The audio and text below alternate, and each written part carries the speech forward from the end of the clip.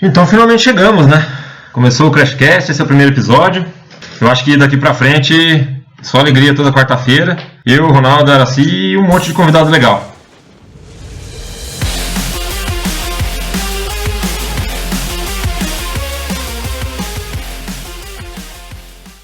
Hoje a gente vai falar de como o mercado automotivo brasileiro funciona, tentar devagar sobre algumas das particularidades dele e falar das nossas experiências pessoais, né? Araci, qual foi o primeiro carro que você dirigiu? E eu acho que depois, qual foi o primeiro carro que você teve, né? Um Fiat 147. Eu tive um 147. Teve? Tive, então, não sabia dirigir direito porque eu comecei dirigindo moto. E aí, quando peguei esse, meu Deus, né? Foi um fiasco, um horror. Mas era um carrão na época. Tinha roda de liga, sim. Os primeiros carros com rodinha. Então, era legal. Mas me bati um montão. Direção super dura, nada de hidráulica. Eu também comecei a dirigir num Fiat 407 picape. Eu não lembro quanta idade eu tinha na época, uns 12 anos. Bem responsável, né?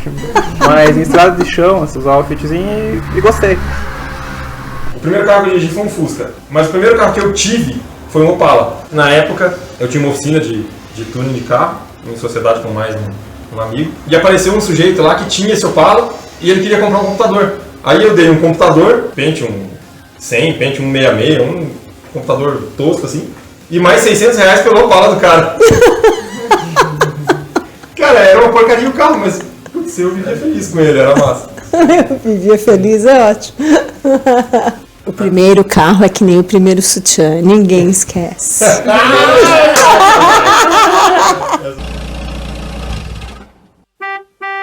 primeira pergunta que a gente tem que fazer é por que o mercado automotivo brasileiro é do jeito que é? A gente tem coisas aqui que em outros lugares do mundo a gente não tem. Nos Estados Unidos, por exemplo, não tem essa coisa da placa A. Por que em Curitiba você vai vender um carro, se você fala que ele tem placa A outra pessoa fica mais feliz. O carro vale mais porque a placa dele começa com A. Eu não sei se em outras cidades do Brasil é desse jeito, mas pelo que eu converso com parentes meus que moram em São Paulo, não. Lá o fato da placa ser A, J, H não faz tanta diferença. Mas em Curitiba faz. Então essas peculiaridades do mercado deixam ele diferente, né? É engraçado. Por que isso acontece? Talvez tenha a ver com a procedência. Digamos, o carro de São Paulo, vem bastante carro de leilão, que vem de lá pra cá, carro de enchente. Aí, querendo ou não, as pessoas acabam tendo um pouco de preconceito. Uhum. Eu também acredito nisso. Inclusive, carros de litoral, cidades litorâneas. São carros que normalmente estão super enferrujados, os parafusos. Eu tenho uma ideia de que isso é uma coisa que conta. Você se questiona pela origem dele. Eu acredito que a maioria das pessoas também, um celular, se o cara tá vendo um celular num shopping, a tendência das pessoas é pagar determinado preço. Agora, se o cara te oferece no meio da favela, lá você já vai desconfiar. Eu acredito que isso influencia no preço. E assim, tem uma questão cultural, me parece. Curitiba, né, ou não sei se dá pra gente generalizar para paranaense, mas o curitibano é exigente. Eu creio que bem mais exigente, por exemplo, que o paulista, né? E é uma sensação que a gente tem. E o curitibano traz isso, tanto que quando a gente fala de música, por exemplo, os músicos normalmente inauguram as suas turnês em Curitiba, porque eles dizem que por aqui eles têm um termômetro de quanto o show deles está realmente bom. Então, me parece que talvez com o carro possa acontecer a mesma coisa. Por ser um público exigente, a gente a gente olha mais, né? A gente tá muito ficcionado na qualidade. Acredito que isso conte muito. Faz 20 anos que eu moro aqui, eu nasci em São Paulo, e lá eu percebia isso, a coisa mais arregaçada lá, assim. Não tem essa preocupação com a casa bem pintadinha, o beiralzinho da casa bem feitinho. Lá você vê muita casa só no tijolo, sem reboco, você vê muito carro detonado, mesmo carro novo você vê detonado. As pessoas não têm a preocupação que tem aqui. Então, isso pode explicar o fato isso pode ser um classificador, né? Quer dizer, tem mais um ponto que você tem que checar para saber se o carro foi bem cuidado ou não. Mas eu acho frescura. Sinceramente, eu não consigo ver utilidade tão grande na primeira letra da placa fazer com que o carro seja melhor ou pior.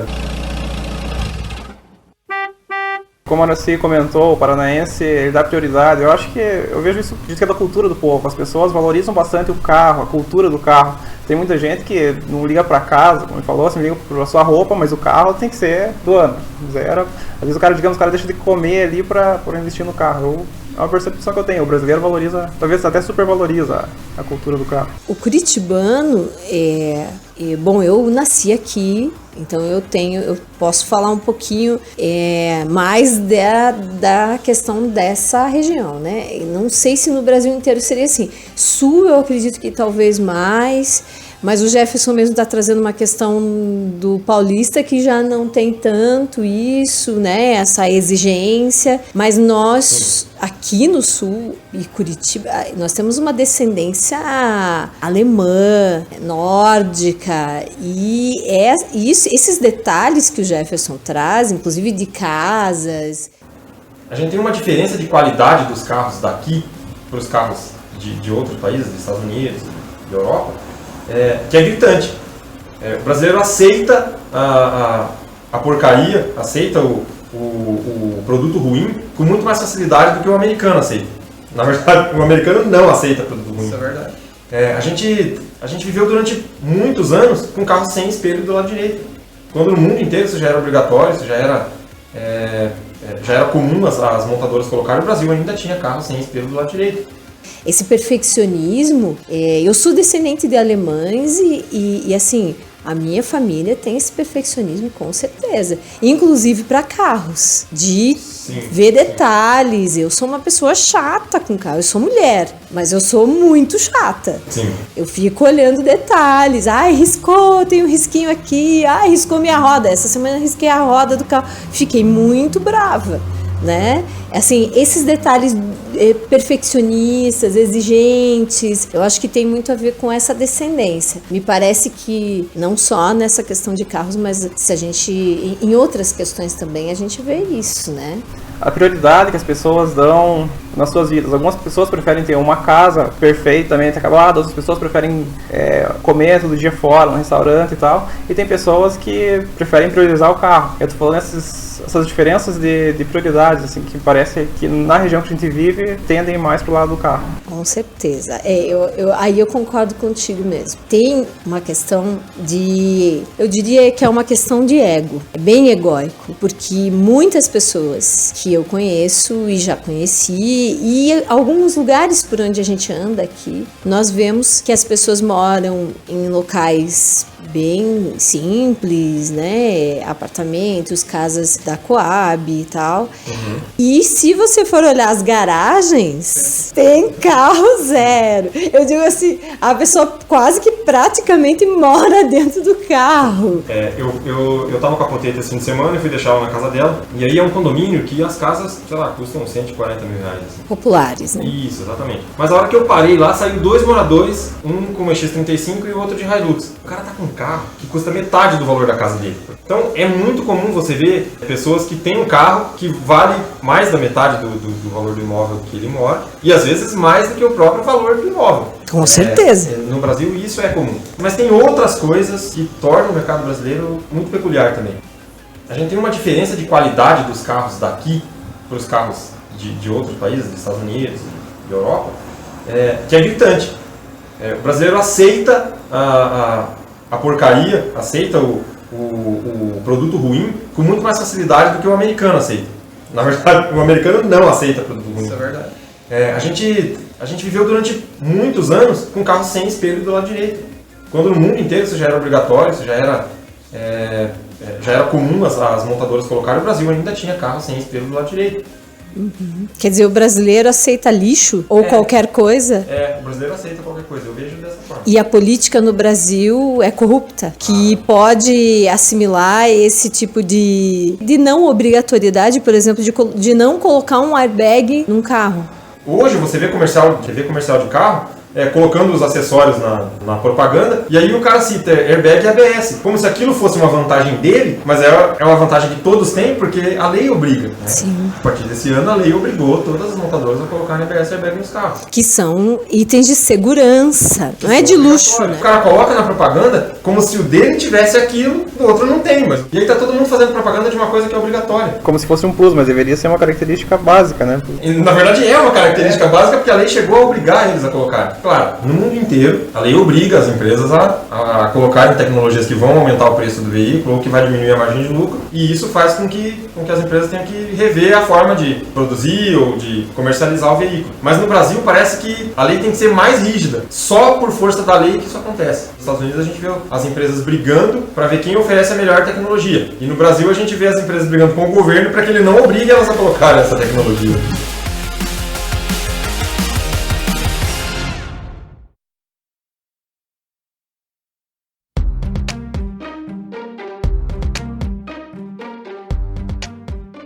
Bom, se a gente estender esse assunto, então, a um nível, assim, de comportamento humano, eu acredito que isso exista em muitas culturas. Agora, eu observo, assim, que, em especial, nós estamos aqui assimilando uma cultura americana, isso há muito tempo já, que é altamente consumista, só que nos Estados Unidos, eles pagam muito mais barato pelo extremo consumismo deles. E nós, brasileiros, não temos o mesmo poder aquisitivo, né, para comprar as mesmas porcarias que eles compram, porque nos Estados Unidos, pelo que eu sei, eles inventam coisas para tudo. Tem coisas assim impressionantes que eles têm lá para qualquer coisa que você imaginar, facilitando o teu dia a dia, entre aspas, né? Esses produtos vêm para cá, são lançados aqui, o brasileiro acha que ele precisa, que é uma necessidade, sim. E no final das contas aquilo não é, só que você paga um preço alto por isso, mas por importação de cultura, não só de produtos como de desejos, de necessidades que o ser humano precisa pertencer, né? Ele tem uma necessidade primária de pertencer, de estar no grupo, de fazer parte. Então o que acontece? Se eu tenho um celular bacana, eu sou aceito. Se eu tenho um carro bacana, certo, eu sou aceito, sou visto. Isso é do ser humano. Eu não vou generalizar que isso seja de todas as culturas, não. Eu acredito que isso nós herdamos do capitalismo, né? Já começa por aí, mas eu acredito que tem outras coisas. O capitalismo é bom, porque eu poder ter as coisas que eu quero ter é maravilhoso. Na Coreia do Norte, eu não posso ter nada. Tem um lado bom do capitalismo também. Tem um lado bom do capitalismo, mas qual que é o lado ruim? É a exploração, eu já diria assim, psicológica, né? Sim.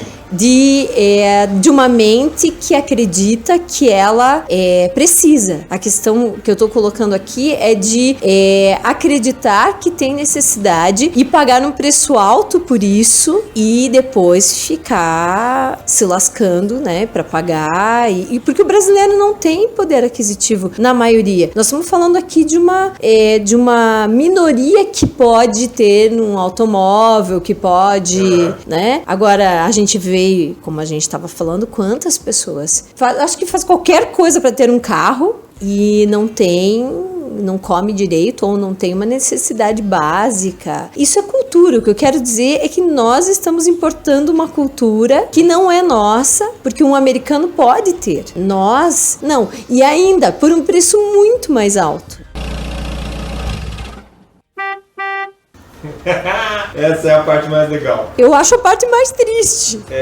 Como é que é a diferença de preço do carro do Brasil para os Estados Unidos? O carro que tem uma diferença mais gritante, quando se compara, é o Camaro, Chevrolet Camaro, que nos Estados Unidos custa $34.500 e lá o salário é de $1.500, comprado com 21 salários de um cidadão americano. É o salário mínimo, né? Sim. Já no Brasil, esse mesmo carro, esse mesmo Camaro, do mesmo modelo, custa R$210 mil.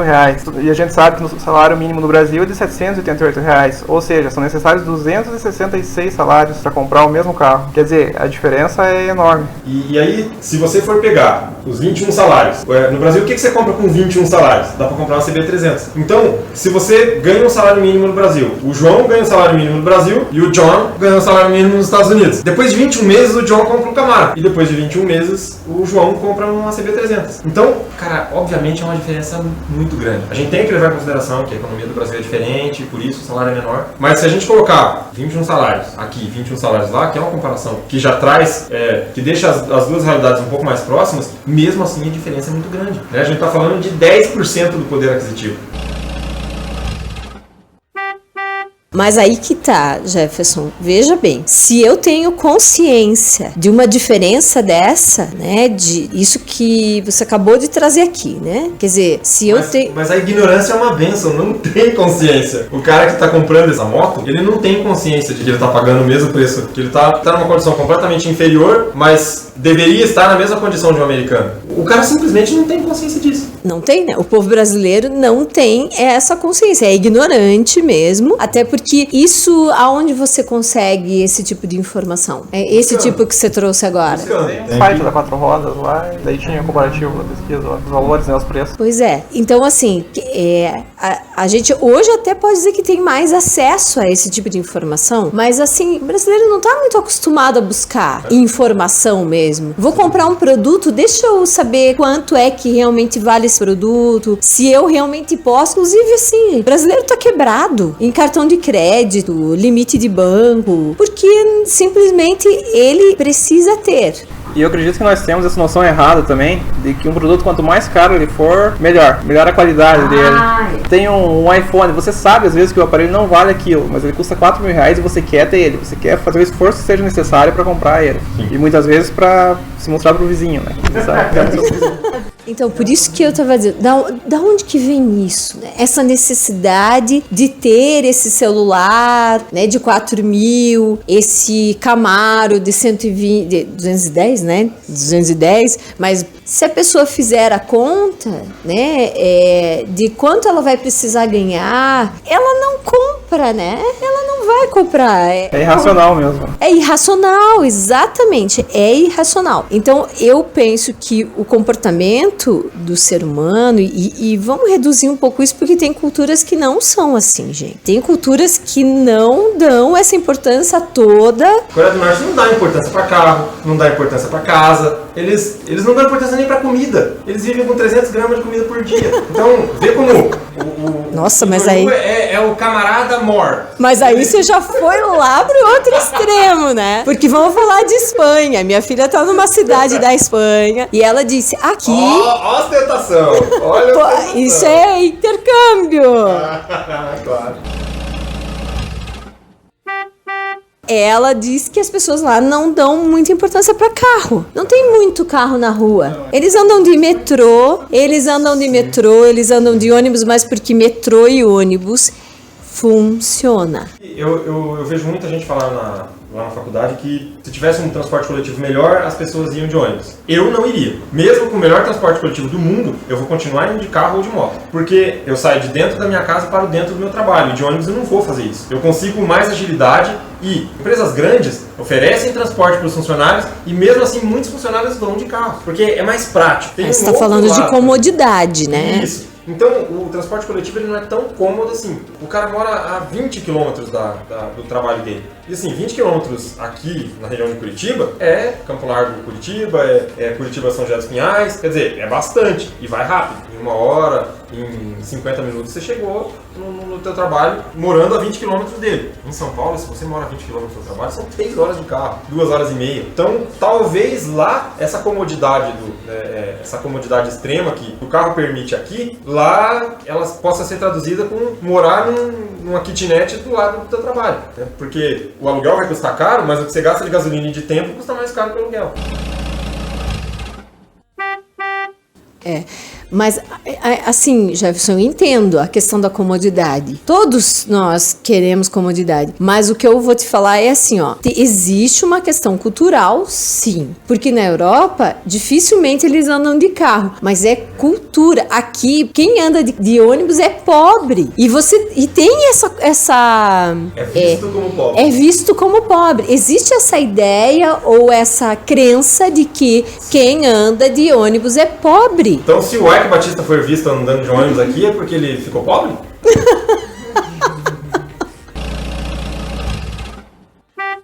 E o problema é que se a gente admite essa realidade, tem as conversas como a gente está tendo, que muita gente critica e fala que a gente tem complexo de vira-lata. Não, que você tem que se conformar, que as coisas são assim mesmo e que você não pode almejar algo melhor.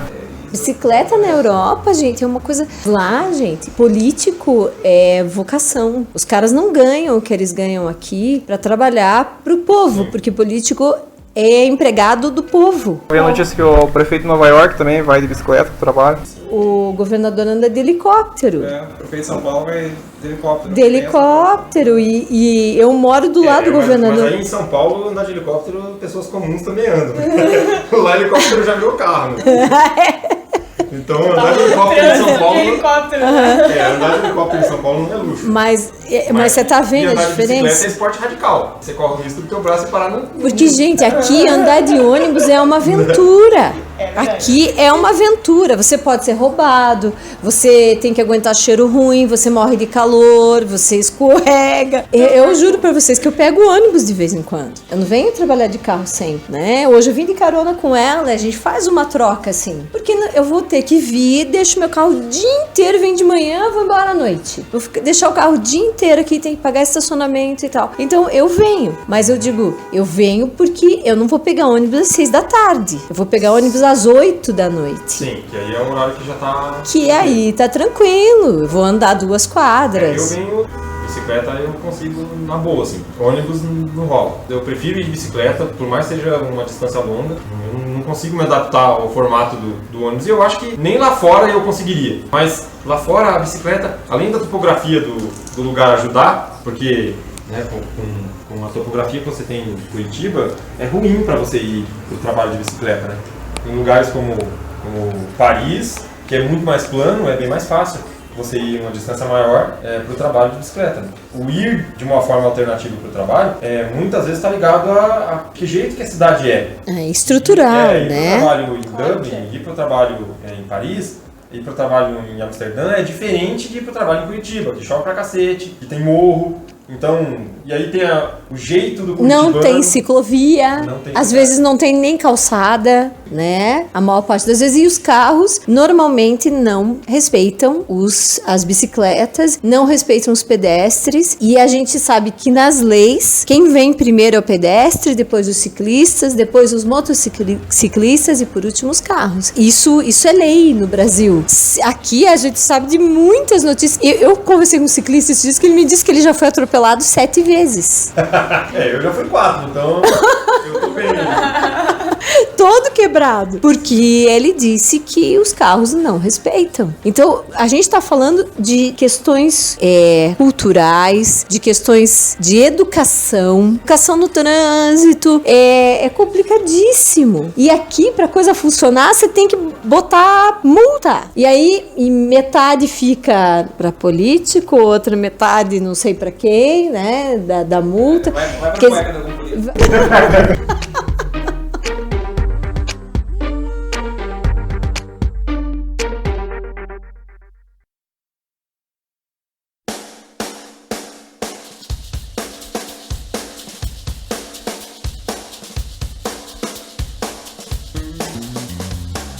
Por que a gente aceita isso? Né? Por que a gente aceita que o mercado ele é oferta e procura? Então, a indústria está oferecendo o que as pessoas estão procurando. Né? Você oferece e as pessoas não querem, você oferece outra coisa, até que elas aceitem. O videogame no PlayStation 4, na data do lançamento, custava R$4.000, agora custa R$1.300, menos de um ano depois. É normal o produto ele custar mais caro no momento do lançamento. Mas assim, 3 vezes mais, 2 vezes mais, aí é uma diferença muito grande, né?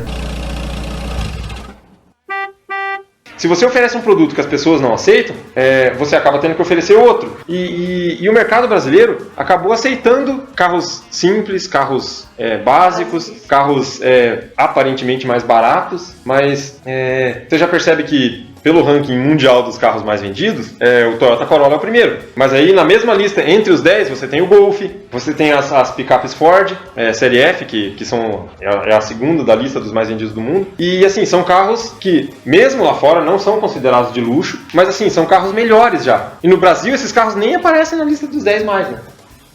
Por que o brasileiro aceita ou aceitou sempre um carro básico desse jeito? Olhando para o lado do design de produto, eram as opções que a gente tinha. Então, hoje, por exemplo, você encontra em sites de venda, tipo Mercado Livre e OLX aí, você encontra Gol quadrado por 30 mil reais. Quer dizer, e é um carro que não oferece nada. E assim, o preço normal que o pessoal está praticando por aí é quase equivalente ao preço que ele custaria quando era novo. Então, o brasileiro tem essa característica de valorizar algumas coisas que são bem daqui mesmo. E assim, olhando para o lado do design dos carros, não tem explicação. O importado, ele oferece mais. Aquela lenda de que algumas marcas são mais baratas do que as outras já não se comprova mais, porque hoje, mesmo as marcas importadas, mesmo as marcas da Ásia, né, que estão dominando o mercado mundial, inclusive o brasileiro, o custo de assistência técnica delas é o mesmo das marcas da Europa. Dominaram o mercado brasileiro, da Estados Unidos e Europa, né, que mandavam no mercado brasileiro até 10 anos, até 15 anos atrás. Não sei explicar por que o mercado brasileiro se comporta da forma que ele se comporta com relação aos carros que são mais vendidos aqui, né. E o governo brasileiro tem uma forma de tratar o carro velho completamente ao contrário do que países da Europa e Estados Unidos fazem. No Brasil, quando o carro faz 20 anos, em vez dele ser considerado sucata e ir para o lixo, ele recebe isenção de imposto, ele não paga mais IPVA. Interior, quanto mais velho o carro, maior imposto ele paga.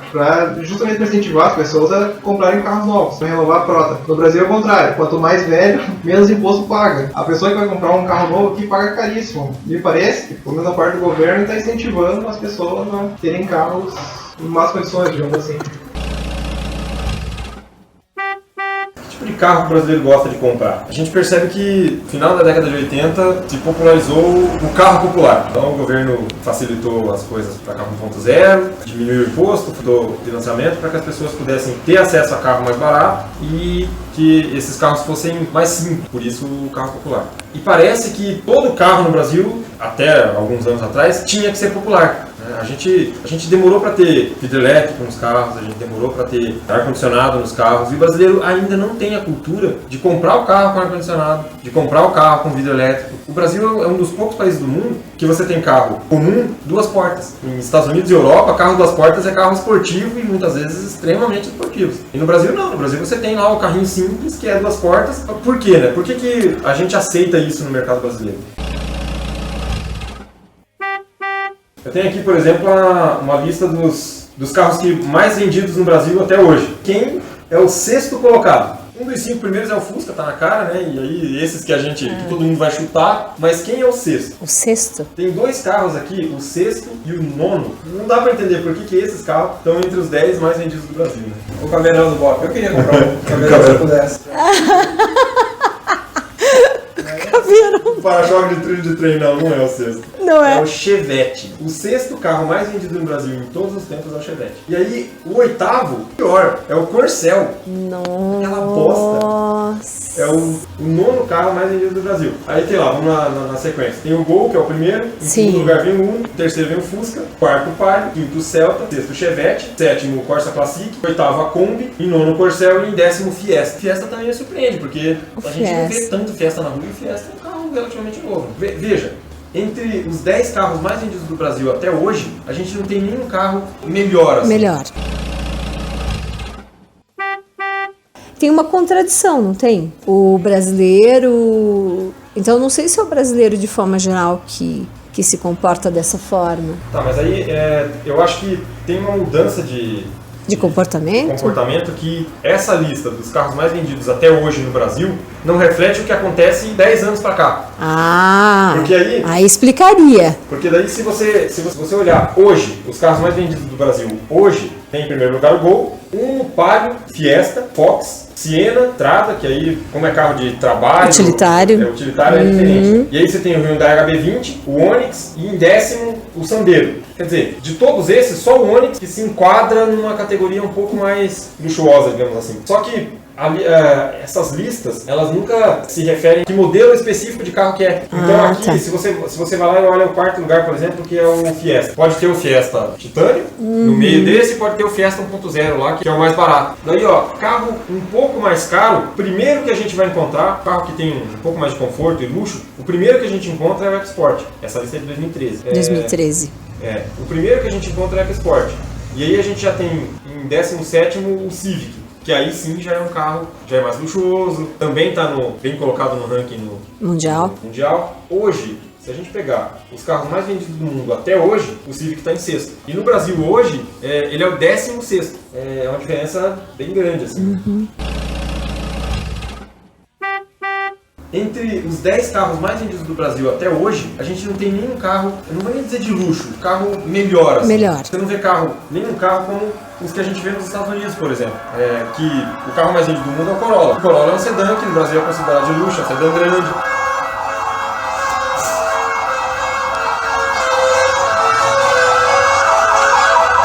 Foi isso aí! Acabou dando um acidente com o Chevette.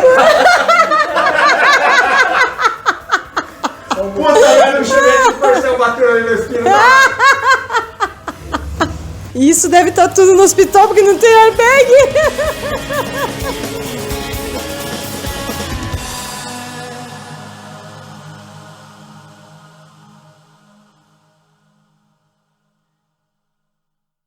Tá gravando? Aí também já tá gravando. Nossa, que diferença. This is Rock and Roll Radio. Stay tuned for more rock and roll.